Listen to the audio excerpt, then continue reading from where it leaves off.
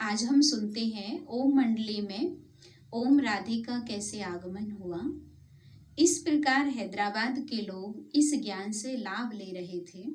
ऐसे सुंदर सत्संग में आने वाली माताओं बहनों में एक विशिष्ट कुमारी भी थी जिनका नाम राधे था। वे बाद में ओम राधे के नाम से प्रसिद्ध हुई। वे अपनी लौकिक माता के साथ ही सत्संग में और बाबा से मिलने आई थी। वह अपनी शोभा और गुणों से देवी सी लगती थी। ऐसा प्रतीत होता था कि वे किसी दिव्य लोक से उतरकर इस धरा पर आकर साकार हुई है। वे बहुत ही शिष्ट, प्रतिभाशालिनी एवं चमत्कारी बुद्धि वाली थी। वे अपने स्कूल में हमेशा पहली श्रेणी प्राप्त करती थी, प्रथम नंबर पर आती थी। वे वीणा वादन में भी कुशल हस्त थी और गायन कला में भी अलौकिक थी। उनके स्वर में एक अनुपम दिव्यता थी। जब उन्होंने बाबा के मुख कमल से सच्चा गीता ज्ञान सुना तो उनका चित्त बहुत ही आनंदित हुआ। उस आनंद की तुलना में उन्हें सांसारिक सुख तुच्छ प्रतीत हुए। उन्होंने शीघ्र ही अपने जीवन के बारे में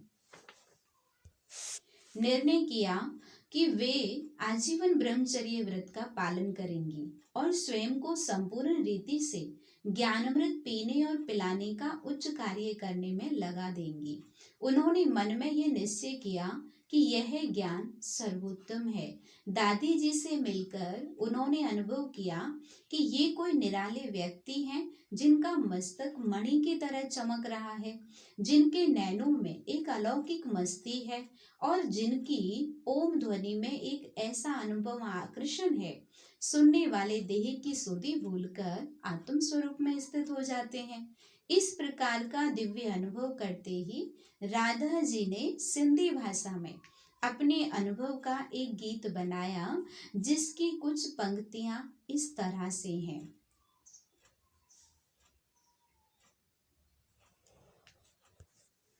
इस प्रकार उन्होंने जो गीत बनाकर अनुभव स्थित होकर के मधुर स्वर में गाया, उसे सुनते ही सभी लोग खुशी में झूमने लगे। वह गीत था, हे सखियों, मैं आपको क्या बताऊं और कैसे बताऊं कि ओम मंडली में जाकर मैंने क्या देखा। सखियों, उस सुख का भी मैं कैसे वर्णन करूं। वहां ओम का जो अलौकिक आलाप हो रहा था वह ऐसे तीर की तरह मेरे मन में लगा। मेरा मन शीतल हो गया और मेरे गम के चिट्ठों का अंत हो गया।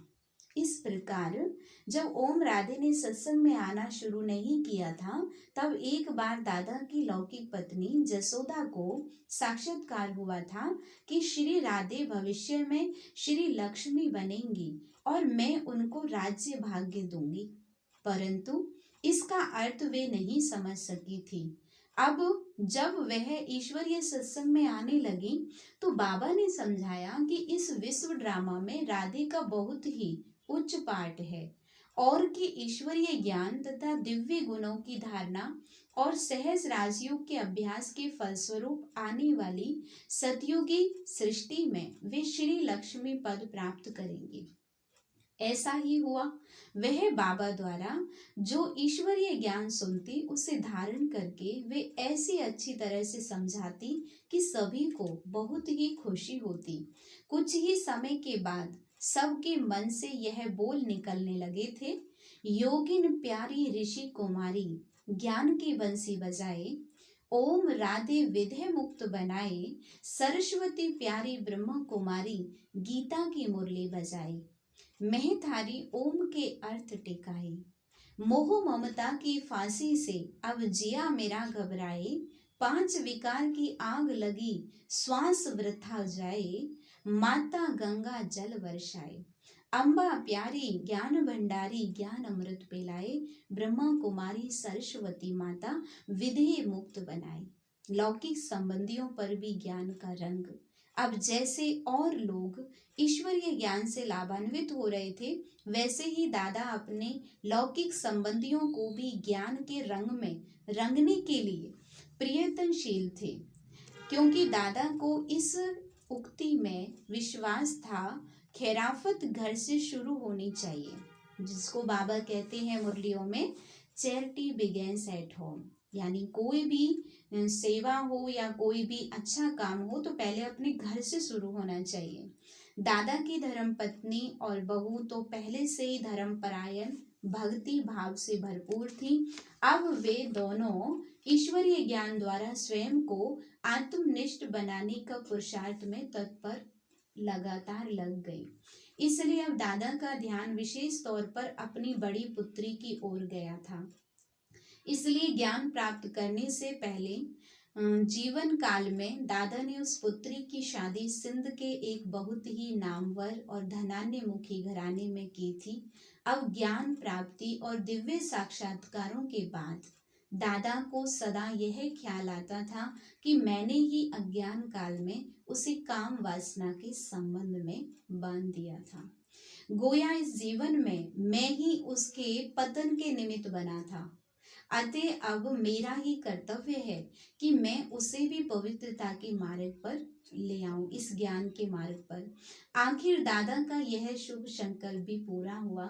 कैसे? उसके बारे में दादा की उसी बड़ी पुत्री जो कि निर्मल शांता के नाम से प्रसिद्ध थी और ब्रह्म कुमारी ईश्वरीय विश्वविद्यालय की संयुक्त मुख्य प्रशासिका थी, उन्होंने निम्नलिखित कुछ लाइन सुनाई।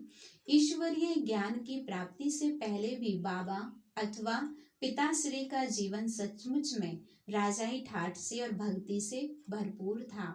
इसलिए बाबा ने मेरा विवाह बहुत ही धूमधाम से मुखियों के घर कराया।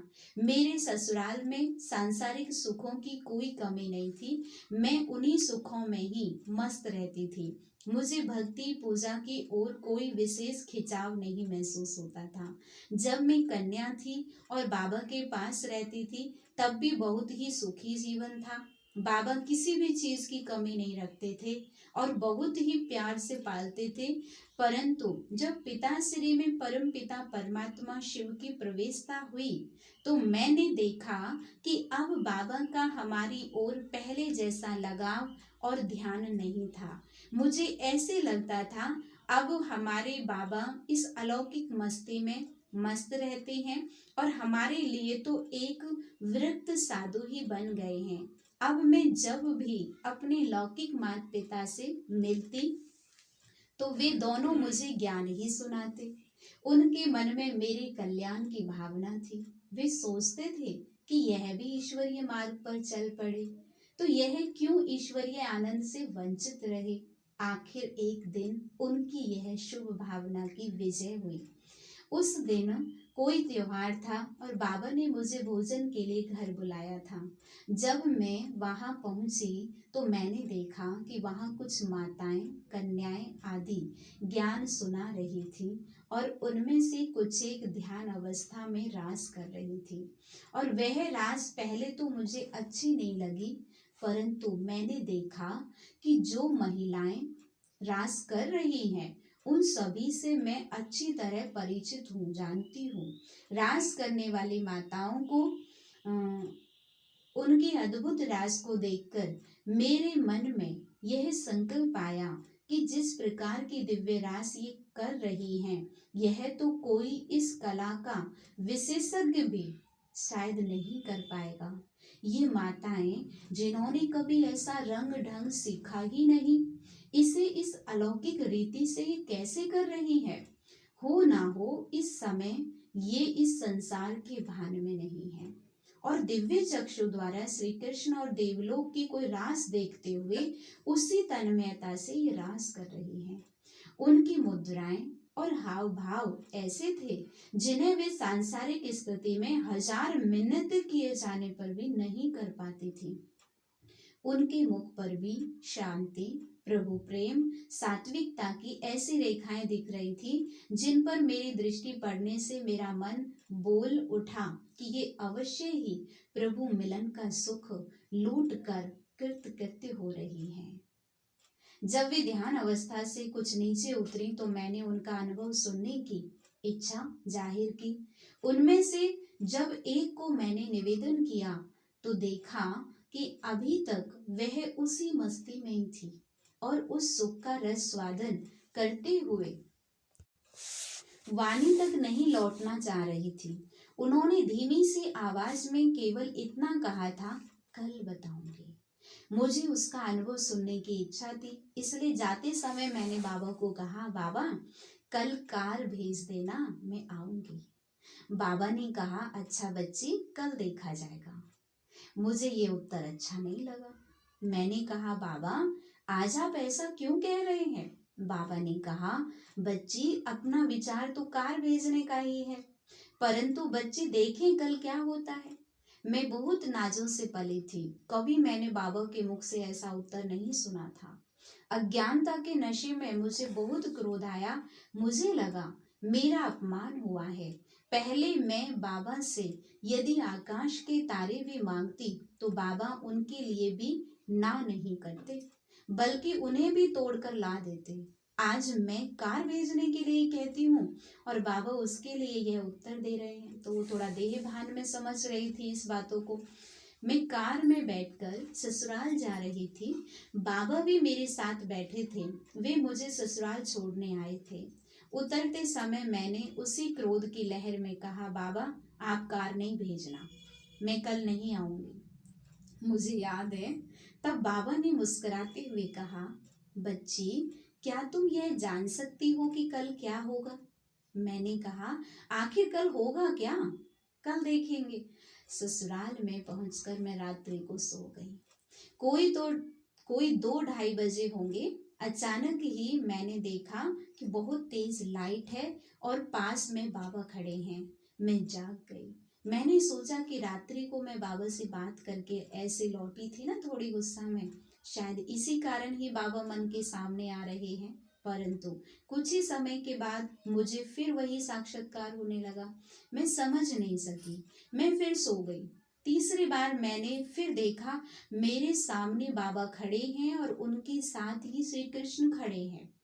और बाबा बहुत ही आकर्षणमय रूप से मधुर स्वर से कह रहे हैं, बेटी जागो, तुमको विश्व के कल्याण का कार्य करना है।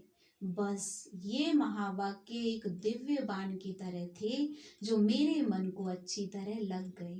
मैंने तुरंत ही बाबा की उंगली पकड़ी और उसी क्षण मुझे अपने जीवन में बहुत बड़ा परिवर्तन अनुभव हुआ और ना चाहते हुए भी मेरे मुख से ये शब्द निकल पड़े, बाबा आप में तो सचमुच भगवान है, हमने आपको नहीं जाना था। अब से लेकर आप मुझे जैसा कहेंगे मैं वैसा ही करूंगी। प्रातः होते ही यह दिव्य दृश्य बार बार मेरे सामने आने लगा और मेरे मन में ये ईश्वरीय आकर्षण बना रहा कि बाबा से जाकर के मिलूं। मैं जल्दी जल्दी तैयार होने लगी, परंतु मुझे शारीरिक कष्ट ऐसा हुआ कि मैं जाना चाहते हुए भी नहीं जा सकी। कोई तबीयत ठीक नहीं थी। तब मुझे बाबा के ये शब्द याद आए, बेटी कल क्या होता है वह देखा जाएगा। ये शब्द मेरे कानों में गूंजने लगे और मैंने सोचा, हम बाबा के साधारण रूप को देखकर उन्हें ठीक ठाक पहचान नहीं पाते हैं। उन द्वारा जो शक्ति कार्य कर रही है उसे हम जान नहीं पाते हैं। अस्तु श्याम काल को बाबा स्वयं ही मेरे पास आए। बस उन्हें देखते ही मेरे आंखों से प्रेम के, पहचान के, पश्चाताप के आंसू बहने लगे और उनसे गले मिलकर मैं बोल उठी, बाबा अब मैंने आपको पहचाना है। अब आप जो कुछ भी कहेंगे सो मैं करूंगी। बस उस दिन से मेरे जीवन को एक नया मोड़ मिला। दादा कश्मीर में गए। इस प्रकार कईयों के जीवन में परिवर्तन लाने के बाद दादा एकांत के लिए कश्मीर में चले गए। यह बात सन 1936 की है। अपने लौकिक परिवार को भी वे साथ में ले गए। जब बाबा कश्मीर में थे तो उनके कुछ मित्र संबंधी माताएं, कन्याएं, उनमें आत्म जागृति आई थी। बाबा की उसी पुराने मकान में आते रहे और आपस में ज्ञान वार्तालाप भी करते रहे। वे बाबा के साथ पत्र व्यवहार भी करते रहे। उनमें से ध्यानी, किकनी, रुक्मणी, गोपी और राधे के नाम विशेष तौर पर उल्लेखनीय हैं। अब बाबा उनको कश्मीर से पत्रों के रूप में ज्ञान का अमूल्य खजाना भेजते रहते। बाबा एक दिन एक माता के नाम पत्र भेजते, दूसरे दिन दूसरे के नाम। जिसके नाम पर पत्र आता था वही बहुत ही हर्षित होती थी और दूसरे को भी वह पत्र सुना सुनाकर अतीन्द्रिय सुख देती थी। वह उस पत्र को विशेष तौर पर अपने नाम आया समझकर उसे एक अनमोल निधि मानती थी और उनको लिखित शिक्षाओं को अपने जीवन में अपनाने का भरसक प्रयत्न करती। उस समय उस वाणी या ज्ञान पत्र को सत्संग की हर एक बहन अपने पास कॉपी में नोट करती रहती थी और उनको बहुत पढ़कर के आनंद का अनुभव करती थी। उन सभी को उस समय गोपियों जैसा सुख अपने जीवन में प्राप्त होता। कभी ज्ञान की मुरली की याद, कभी प्रेम के आंसू, इस प्रकार भिन्न भिन्न प्रकार से निराले अनुभव होने लगे। ऐसी अवस्था में उनको सांसारिक पदार्थों का सुख तुच्छ महसूस होने लगा और उनका नया जीवन शुरू हुआ। सबको ऐसा महसूस होता था जैसे कि वह निराली मस्ती में झूम रही हैं। आगे हम सुनेंगे कल कश्मीर में ज्ञान का मंथन कैसे हुआ। ये ब्रह्मा बाबा की जीवन कहानी जो हम सुन रहे हैं, आप आज का ही सुनोगे तो समझ में नहीं आएगा, तो हम पहले दिन से ही यह डाल रहे हैं। तो आज इतना ही सुनते हैं, बाकी कल सुनेंगे। ओम शांति। ओम